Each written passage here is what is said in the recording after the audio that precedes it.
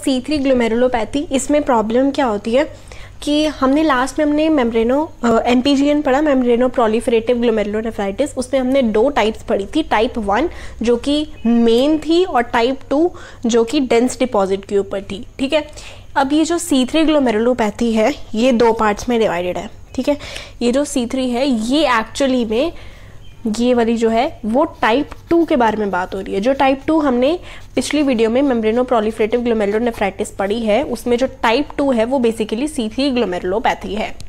ठीक है, अब ये जो है ये 2 पार्ट्स में खुद डिवाइडेड होती है। MPGN 2 पार्ट्स में डिवाइडेड है, टाइप 1 जो कि जिसमें सब एंडोथेलियल डिपॉजिट्स थे और टाइप 2 जिसमें डेंस डिपॉजिट्स थे। ठीक है, टाइप 2 इसको हम बोलते हैं C3 ग्लोमेरुलोपैथी। ये खुद 2 पार्ट्स में डिवाइडेड है, एक जो हमने डेंस वाली पढ़ी थी, डेंस डिपॉजिट्स वाली।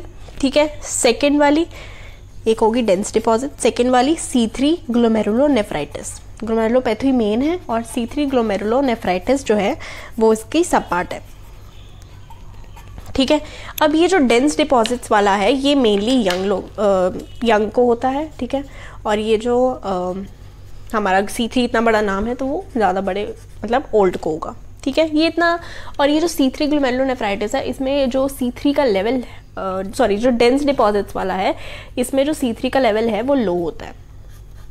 ठीक है, कंपैरिजन टू C3 ग्लोमेरुलोनेफ्राइटिस। लेकिन ये इतना डिस्टिंग्विशिंग पॉइंट नहीं है, ये इसका डिस्टिंग्विशिंग पॉइंट आएगा इलेक्ट्रॉन माइक्रोस्कोपी जब हम करेंगे।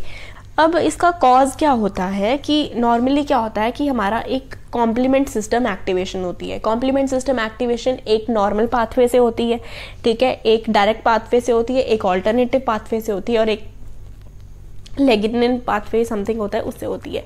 ठीक है, पहला हम लोग यहाँ पे जो ये वाली ग्लोमेरुलोपैथी है इसमें ऑल्टरनेटिव पाथवे होता है, उसमें ऑल्टरनेटिव पाथवे उसमें होती है दिक्कत क्या होती है कि जब एक C3 होता है, C3 आगे कन्वर्ट होता है 3A 3B, आगे चल के क्या होता है कि मेम्ब्रेन अटैक कॉम्प्लेक्स बन जाता है। Membrane attack complex C5AB C6 7 C8 इन सब का एक मेम्ब्रेन अटैक कॉम्प्लेक्स बनता है जो हमने इम्यूनोलॉजी में पढ़ा है। ठीक है, अब ये जो मेम्ब्रेन अटैक कॉम्प्लेक्स है ये आगे चल के अटैक करता है मेम्ब्रेन को, तो दिक्कत आ गई, हमें पता लग गई कि दिक्कत क्या हो रही है।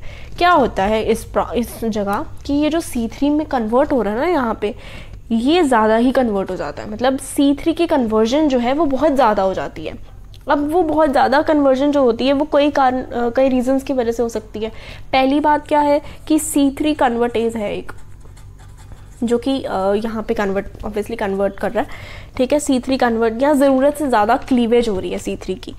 ठीक है, क्या होता है कि ऑटो एंटीबॉडी मेन अगर एकदम डिटेलिंग में जाए तो ऑटो एंटीबॉडीज़ जो है वो बनती हैं इसके खिलाफ, दैट इज़ क्या बनता है C3 nephritic factor. C3 nephritic factor बनता है जिसकी वजह से क्या होता है कि अनकंट्रोल्ड क्लीवेज होनी शुरू हो जाती है C3 की बाय ऑल्टरनेट कॉम्प्लीमेंट पाथवे। या फिर क्या हो गया कि ये फैक्टर्स हैं उनमें कुछ म्यूटेशंस आ गई, जेनेटिकली कुछ हो गया। ठीक है, कुछ भी हो सकता है कि C3 बस बेसिकली पॉइंट है कि C3 अनकंट्रोल्ड क्लीवेज होनी है C3 की। ठीक है, जिसकी वजह से मेम्ब्रेन अटैक कॉम्प्लेक्स ज़्यादा बनेगा। अब अगर हम लोग लाइट माइक्रोस्कोपी में देखें तो हमें वही सब दिखेगा जो हमने MPGN में देखा था कि हाइपर सेलुलैरिटी हो गई, मतलब कि सेल्स प्रोलिफरेशन ज़्यादा हो रही है, मेसेंजियम मैट्रिक्स बढ़ रहा है। ठीक है, और मेम्ब्रेन की प्रोलिफरेशन हो रही है जैसे ही उसका नाम था। ठीक है, उसके अकॉर्डिंग लाइट माइक्रोस्कोपी के हमें सब कुछ दिख जाएगा। और फ्लोरेसेंस माइक्रोस्कोपी पे हमें C3 जो हमने यहाँ पे देखा कि C3 बहुत हो रहा है तो C3 दिखेगा। नेक्स्ट जो है C3 के डिपॉजिट्स हमें दिखेंगे। C3 के डिपॉजिट्स कहाँ दिखेंगे, एक तो हमें कैपिलरी और मेसेंजियम की स्टेनिंग करेंगे तो हमें वहाँ पे डिपॉजिट्स दिखेंगे। नेक्स्ट आता है हमारे पास इलेक्ट्रॉन माइक्रोस्कोपी। इलेक्ट्रॉन माइक्रोस्कोपी में बेसिकली हमें इन दोनों में डिफरेंस पता लगेगा कि डेंस डिजीज़ में और C3 ग्लोमेरुलोनेफ्राइटिस में एक्चुअल में डिफरेंस जो आता है वो होता है इलेक्ट्रॉन माइक्रोस्कोपी में।